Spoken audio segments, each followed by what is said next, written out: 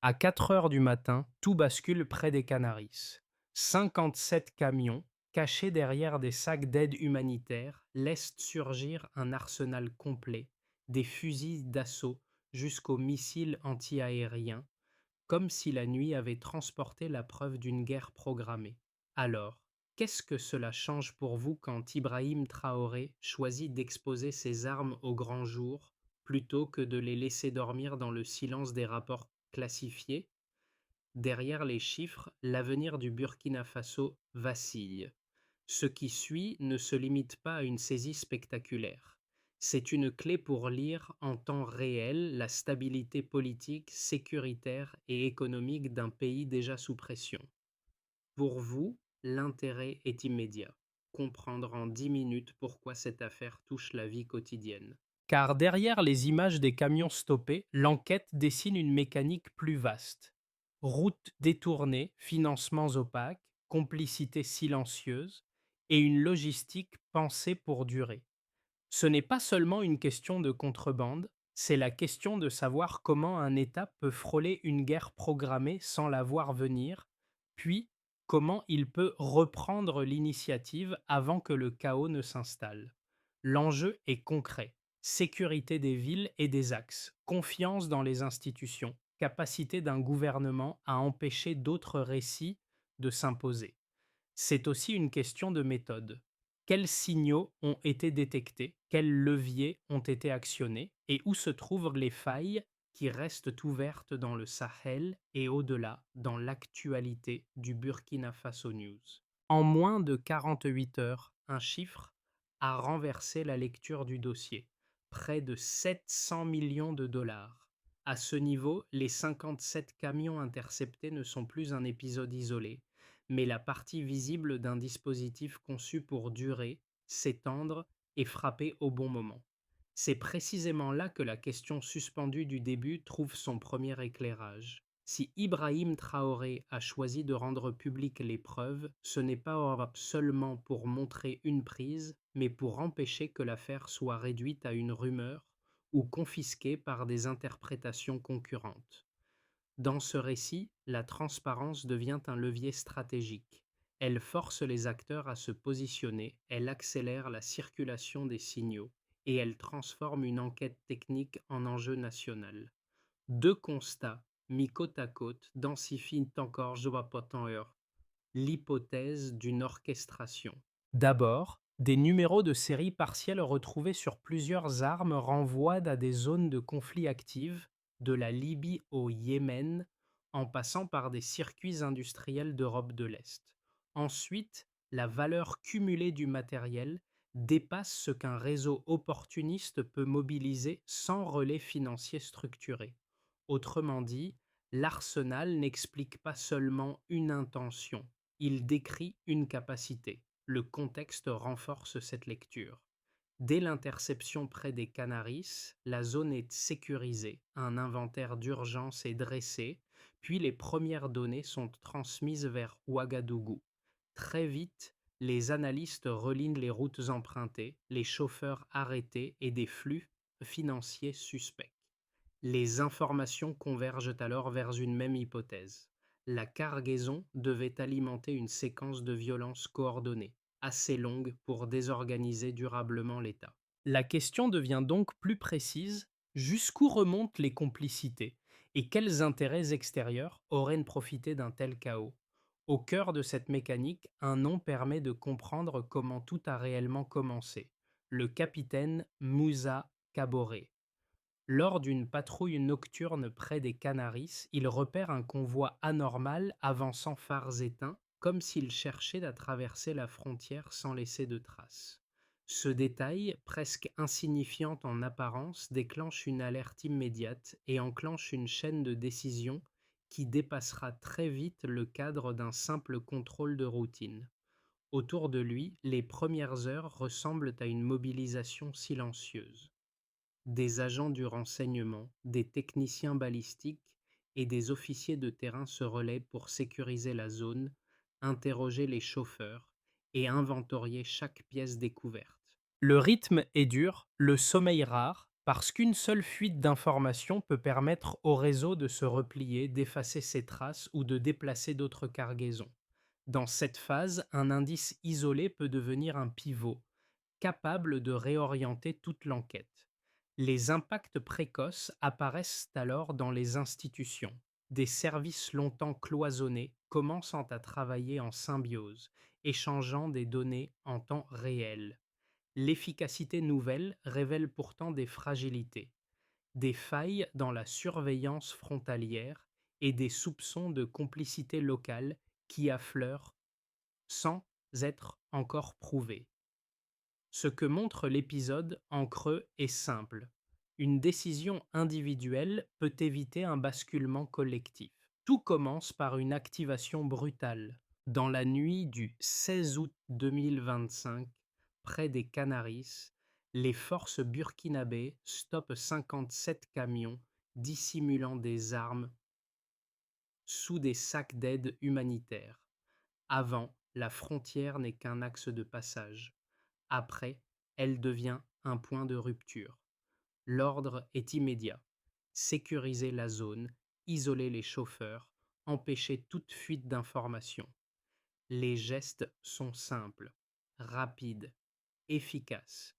Comptabiliser, photographier, mettre sous scellé. Les communications remontent vers Ouagadougou par des canaux cryptés. L'objectif est clair: casser l'effet domino, celui qui aurait permis au réseau de se replier ou de faire disparaître ses traces. Le deuxième jour, le dossier change de taille.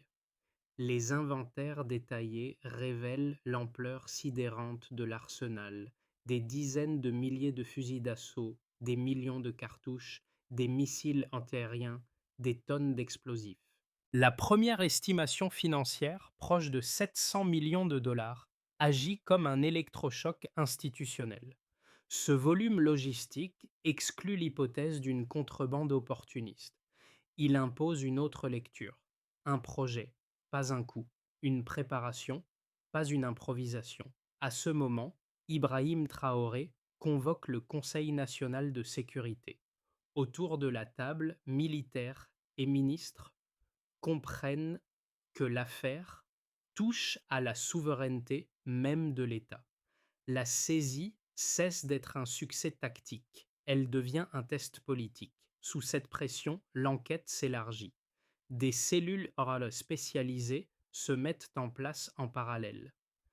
Traçage financier, cartographie logistique, interrogatoire ciblé, analyse balistique.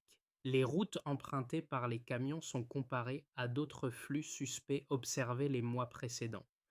Les chauffeurs sont recoupés. Les communications sont passées au crible. Les premiers recoupements dessinent une cohérence troublante entre les armes, les financements et certains intermédiaires. Puis vient un moment charnière. Un suspect brise le silence. Il évoque l'existence d'entrepôts secrets à Ouagadougou, prêts à recevoir la cargaison.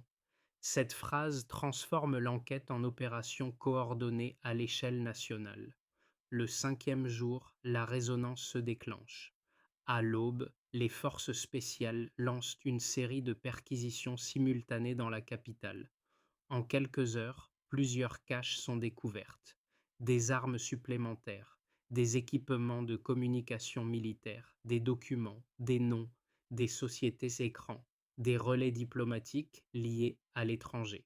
Ce qui était une affaire de terrain devient une affaire d'État, et ce qui était réservé aux spécialistes entre dans l'espace public. C'est ici que le choix stratégique prend toute sa force. Ibrahim Traoré assume la diffusion des preuves, des chiffres clés et du cadre narratif. Il ne laisse pas l'opération se dissoudre dans le soupçon ni être capturé par des récits concurrents. Il transforme une enquête confidentielle en enjeu collectif. La transparence devient une arme de cohésion. Elle fixe le débat, elle empêche l'oubli, elle réduit la marge de manœuvre des acteurs hostiles. Reste une question qui s'ouvre, plus tranchante que toutes les autres. Si ce dispositif était déjà en place, combien d'autres relais dormaient encore dans l'ombre? Au départ, les enquêteurs ne voient qu'un convoi stoppé. Ensuite, les chiffres révèlent un dispositif conçu pour franchir un seuil critique. La différence entre l'apparence et l'architecture se lit d'abord dans un volume précis: 25 000 fusils d'assaut de type AK-47. En d'autres termes, ce stock équipe des unités entières, pas des groupes isolés. Pris seul, ce chiffre déplace la compréhension. Il ne décrit pas une violence opportuniste, mais une capacité de déploiement immédiate, capable d'occuper le terrain, de tenir des axes et de durer assez longtemps pour épuiser l'État. Dans un pays sous tension, cela signifie une pression permanente, pas une série d'incidents. La quantité suppose une logistique stable, des points de stockage, des relais de distribution et une planification du tempo. Le second repère confirme l'intention de continuité: 13 millions de cartouches. Autrement dit, une telle réserve dépasse largement un affrontement bref et symbolique. Une munition n'existe jamais seule. Elle implique des achats, des transferts, des intermédiaires, des sécurisations de routes et des paiements fractionnés pour éviter les contrôles. Ce chiffre raconte donc une cadence. Il parle d'un projet qui n'attend pas seulement un choc, mais prépare une répétition, une usure, une installation de la violence dans le quotidien. C'est aussi un indicateur de réseau. Plus le volume est grand, plus les maillons doivent être nombreux et plus la probabilité d'une coordination s'élève. Enfin, l'estimation globale donne l'échelle finale: près de 700 millions de dollars. À ce niveau, l'opération se situe parmi les plus coûteuses du Sahel. Les analystes quittent alors la zone des hypothèses fragiles. Une somme aussi élevée ne se mobilise pas sans architecture financière. Société écran, fondations fictives, comptes dissimulés et circuits triangulaires. Elle suppose des complicités capables de protéger les flux, de maintenir la discrétion et de garantir la livraison. Elle implique aussi un calendrier. L'argent engagé n'est pas seulement une dépense, c'est un engagement vers un résultat attendu. C'est ici que la méthodologie devient décisive. Les numéros de série, parfois altérés, sont restaurés, puis comparés à des bases utilisées dans d'autres conflits. Les recoupements dessinent une stratification géographique cohérente. Des stocks issus de zones de guerre actives, réinjectés via des hubs intermédiaires, puis redirigés vers le Sahel sous couvert humanitaire. La cohérence n'est pas celle d'un hasard, mais celle d'un plan qui fractionne pour survivre au contrôle. Dans cette lecture, la décision d'Ibrahim Traoré de rendre publics les repères dans les chiffrés n'est pas un détail de communication. Elle transforme des données techniques en preuves sociales. Elle ancre le dossier dans une réalité mesurable, difficile à dissoudre dans le doute. Et elle referme progressivement la marge de manœuvre des acteurs hostiles en forçant la question centrale: qui peut financer une telle opération et pourquoi? Deux critiques structurées reviennent avec insistance et il faut les présenter dans leur forme la plus rigoureuse pour mesurer la solidité du dossier. La première soutient que l'opération pourrait relever d'une mise en scène politique destinée à consolider le pouvoir en place. Dans cette lecture, la circulation d'armes dans le Sahel est ancienne et diffuse. Voir des matériels venus de Libye, du Yémen ou d'Europe de l'Est ne prouverait pas à elle seule, dit Aristotle, l'existence d'un complot coordonné. Les partisans de cette thèse estiment que l'interception des camions a pu être amplifiée pour détourner l'attention des difficultés économiques internes et pour imposer un récit de mobilisation nationale. La seconde critique, plus technique, avance que la fragmentation des cargaisons affaiblit l'idée d'un projet centralisé. Les réseaux de contrebande, rappellent ces analystes, fonctionnent souvent par opportunité locale, sans direction unique. Dans ce cadre, la convergence de flux hétérogènes vers une même zone pourrait relever d'un hasard logistique plutôt que d'un plan de renversement structuré. Cette prudence méthodologique invite à exiger des preuves additionnelles avant de conclure à une orchestration. Ces objections ont une utilité: elles empêchent les conclusions automatiques. Pourtant, l'examen des éléments établis en limite la portée. D'abord, la cohérence entre volume, route et financement ne ressemble pas à une juxtaposition fortuite. Les flux sont fractionnés pour éviter les contrôles, mais réguliers et synchronisés, ce qui correspond davantage à une stratégie qu'à une opportunité. Ensuite, les données balistiques indiquent que plusieurs armes ont été reconditionnées après usage dans d'autres conflits, signe d'une chaîne logistique organisée et d'un recyclage stratégique plutôt que d'un simple amas hétéroclite. Enfin, les communications et documents saisis évoquent des liaisons répétées entre intermédiaires financiers, logisticiens et relais diplomatiques liés à l'étranger. Ce n'est pas une preuve absolue de commandement unique, mais c'est un indicateur robuste de coordination. Autrement dit, les critiques ne détruisent pas l'hypothèse, elles l'éprouvent. Et c'est précisément par ce passage au crible que la cohérence de l'ensemble se révèle. Une liste et tout change. Au septième jour, le dossier bascule lorsque Ibrahim Traoré apparaît devant la presse avec un ensemble de documents que peu attendaient sitôt. Parmi eux, une liste complète d'un gouvernement fictif déjà rédigé, prête à être activé. Ce détail administratif, en apparence banal, agit comme un révélateur décisif. L'affaire ne concerne plus seulement des armes, des routes et des flux financiers, mais un basculement institutionnel préparé à l'avance. Dans la salle, les journalistes découvrent des noms liés à des réseaux économiques, diplomatiques et commerciaux extérieurs. Certaines parties citées nient immédiatement toute implication, mais le cadre a déjà changé. Pour l'opinion publique, la menace cesse d'être abstraite. Elle prend la forme concrète d'un pouvoir alternatif conçu sans le consentement du pays, presque prêt à se substituer aux institutions existantes. Ce moment marque un tournant narratif. Jusqu'ici, l'enquête décrivait une mécanique de déstabilisation possible. Désormais, elle expose une intention formalisée, documentée, presque opérationnelle. La question n'est plus seulement de savoir si un chaos était envisagé, mais ce qu'il aurait produit, et surtout qui aurait été en mesure d'en tirer profit. Du côté de l'État, la saisie des camions et les révélations successives imposent une réorganisation immédiate des priorités sécuritaires. Les frontières sont renforcées, les unités redéployées et des services longtemps cloisonnés adoptent des circuits de coordination plus rapides. Cette dynamique réduit certains angles morts et permet de neutraliser plusieurs filières dormantes avant qu'elles ne se recomposent. Sous l'impulsion d'Ibrahim Traoré, la transparence devient aussi un instrument de cohésion interne. Elle fixe le cadre, accélère l'action et oblige les institutions à fonctionner comme un seul bloc. Pour les entreprises et l'économie, l'impact est plus ambivalent, car l'exposition publique du dossier crée d'abord de l'incertitude.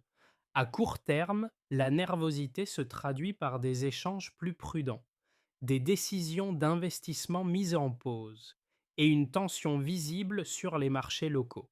La monnaie subit une instabilité temporaire alimentée par la crainte d'un choc sécuritaire et par la pression diplomatique.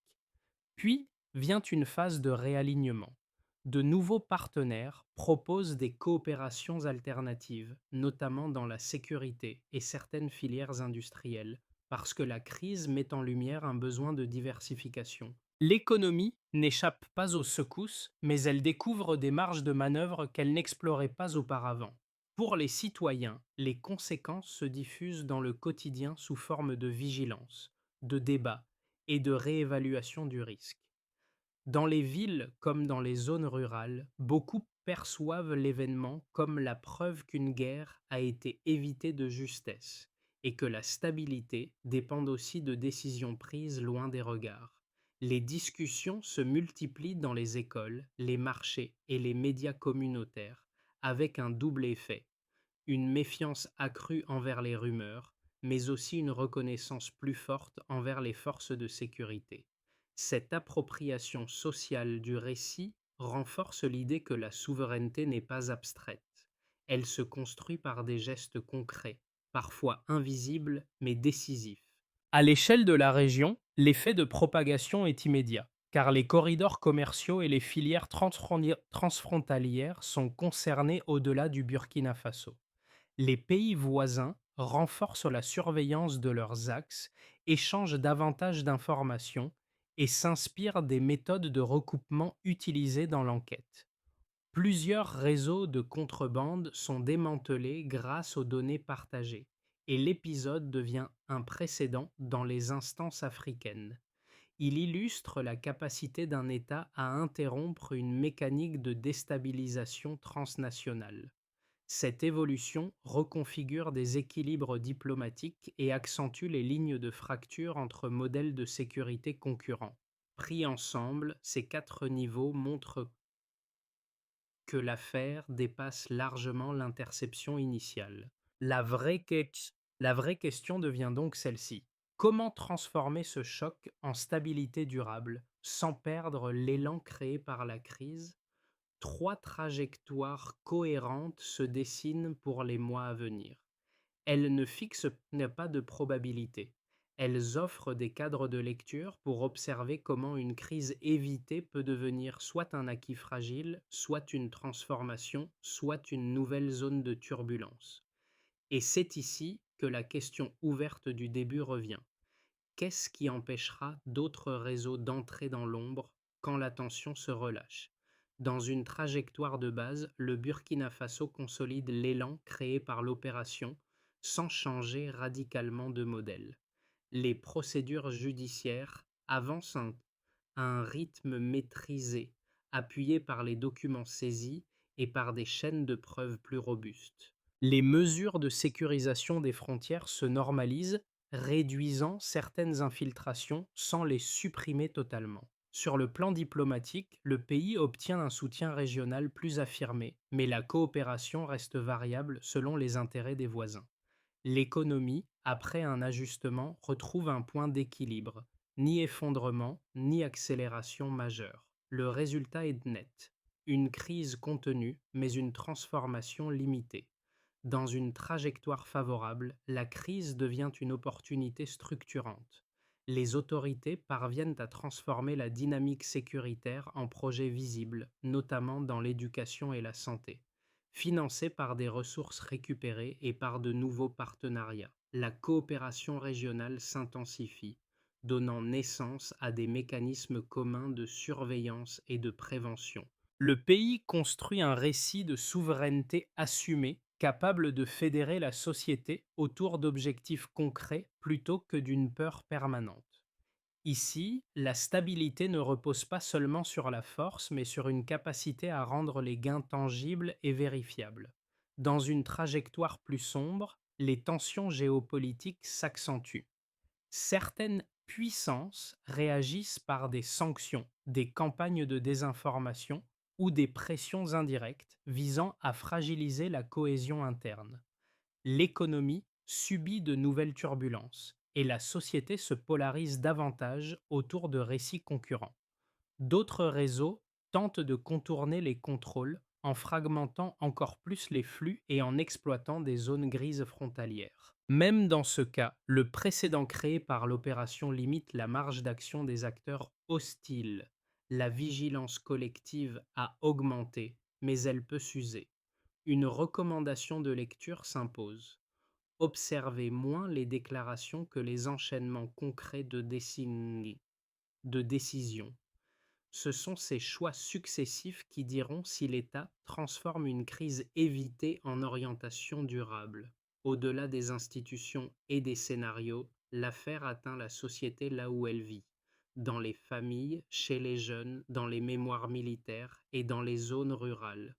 Pour les familles urbaines, l'interception des 57 camions n'est plus un fait lointain. Elle devient une démonstration tangible qu'une guerre programmée a pu être évitée de justesse. Dans les marchés, les écoles et les quartiers populaires, la même idée revient. La sécurité quotidienne dépend aussi de décisions prises loin des regards, et l'information circule plus vite que les rumeurs si elle est donnée à temps. Pour les jeunes, l'épisode agit comme un déclencheur symbolique.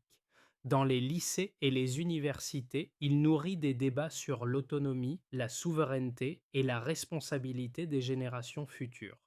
Des initiatives locales émergent: radios communautaires, cercles de discussion, projets éducatifs centrés sur la compréhension des enjeux sécuritaires. La crise cesse d'être uniquement militaire. Elle devient civique parce qu'elle impose une question de méthode. Comment reconnaître les signaux faibles et comment éviter d'être manipulé par des narrations étrangères ou opportunistes? Pour les anciens militaires et combattants, la portée est différente. Beaucoup y voient une réparation morale après des années de fragilité structurelle et d'influences contradictoires. Le fait que l'État ait pu agir vite et tenir un cadre public réactive l'idée qu'un territoire peut être défendu sans céder systématiquement aux pressions extérieures. Enfin, pour les communautés rurales, souvent éloignées des centres de décision, l'affaire rappelle que la stabilité dépend aussi de gestes quotidiens: surveillance des axes, partage d'informations, soutien aux forces locales. Leur participation discrète montre que la souveraineté se construit à plusieurs niveaux, loin des caméras. Pour transformer une victoire opérationnelle en stabilité durable, les autorités burkinabées structurent une feuille de route en étapes lisibles, chacune définissant qui agit, quand et comment mesurer les résultats. Première étape: sécuriser les frontières.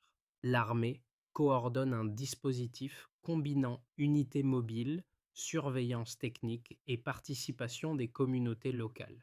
Les douanes font des contrôles renforcés, tandis que les populations signalent les mouvements suspects. La mesure est simple: baisse progressive des infiltrations armées et réduction du temps de traitement des alertes. Deuxième étape: gérer le matériel saisi avec traçabilité. Une partie est fondue pour être réinvestie dans des équipements scolaires ou médicaux. L'autre sert à moderniser certaines capacités nationales. Des observateurs suivent le processus afin d'éviter la dispersion et la revente clandestine. L'indicateur clé repose sur la cohérence des inventaires et la publication régulière des destructions et réaffectations. Troisième étape: assécher les flux financiers. Les associés. Les transferts suspects sont cartographiés, les sociétés écrans démantelées et les fonds récupérés centralisés. Un mécanisme public de suivi rend les affectations visibles, notamment vers l'éducation et la santé, afin de convertir la crise en bénéfice social mesurable. La réussite se juge à la régularité des mises à jour et à la clarté budgétaire pour les citoyens. Quatrième étape: consolider la ligne diplomatique. Sous l'impulsion d'Ibrahim Traoré, le pays privilégie des partenariats régionaux fondés sur la coopération sécuritaire et la réciprocité, afin de réduire l'isolement et de limiter les pressions indirectes. La mesure se lie dans la continuité des alliances et la capacité à tenir des positions communes dans les instances africaines. Dernière étape: stabiliser la communication publique. Informer avant que les rumeurs ne s'installent devient une règle. Des bulletins réguliers, courts et vérifiables coupent la désinformation à sa source. Un an après l'interception des premiers camions, le fil discret qui relie toute l'affaire réapparaît là où tout a commencé: une patrouille nocturne, des phares éteints et l'intuition du capitaine Moussa Kaboré. Ce geste initial, presque banal, est devenu un point d'ancrage dans la mémoire du pays. Il rappelle qu'une décision prise dans l'ombre peut infléchir le destin collectif, avant même que le bruit ne commence. Autour de cette scène fondatrice, un sens partagé s'est construit. Dans les écoles, les images des armes fondues circulent comme des symboles de transformation. Chez les anciens combattants, l'épisode résonne comme une réparation morale. Pour les jeunes, il agit comme un appel à la vigilance et à l'engagement. Ce n'est plus seulement une histoire d'arsenal saisi, mais une histoire de responsabilité assumée à plusieurs niveaux au bon moment. Ibrahim Traoré revient souvent sur ce point pour souligner une idée constante. La souveraineté ne naît pas de discours, mais d'actes précis. Une phrase reste comme un repère, la lucidité protège plus que la peur. Dans cette lumière retrouvée, la conviction s'impose. Un pays peut tenir debout lorsqu'il choisit la clarté plutôt que la résignation. Aujourd'hui, le récit du Burkina Faso dépasse ses frontières et trouve un écho particulier auprès de celles et ceux qui observent les dynamiques du continent. Les décisions prises, les preuves rendues publiques et la posture assumée par les institutions dessinent un chapitre où la souveraineté s'exprime par des actes concrets plutôt que par des intentions. Ce n'est pas un appel à l'affrontement, c'est une affirmation du droit à définir ses priorités sans que l'ombre impose sa loi. Ce message ne concerne pas seulement les spécialistes ou les diplomates. Il parle aussi à chaque citoyen qui se demande comment une société peut rester lucide quand la peur, la rumeur et la pression géopolitique cherchent à la diviser. Là où vous êtes, ce qui compte n'est pas de tout savoir, mais de reconnaître les signaux, d'exiger des preuves et de défendre un débat qui refuse les manipulations faciles. Si ce type d'analyse vous est utile, dites-le et indiquez l'angle que vous souhaitez approfondir. Sécurité, économie, diplomatie ou société. Au fond, une question demeure ouverte et elle s'adresse à vous. Que ferez-vous de cette leçon de lucidité collective là où vous êtes, de 16?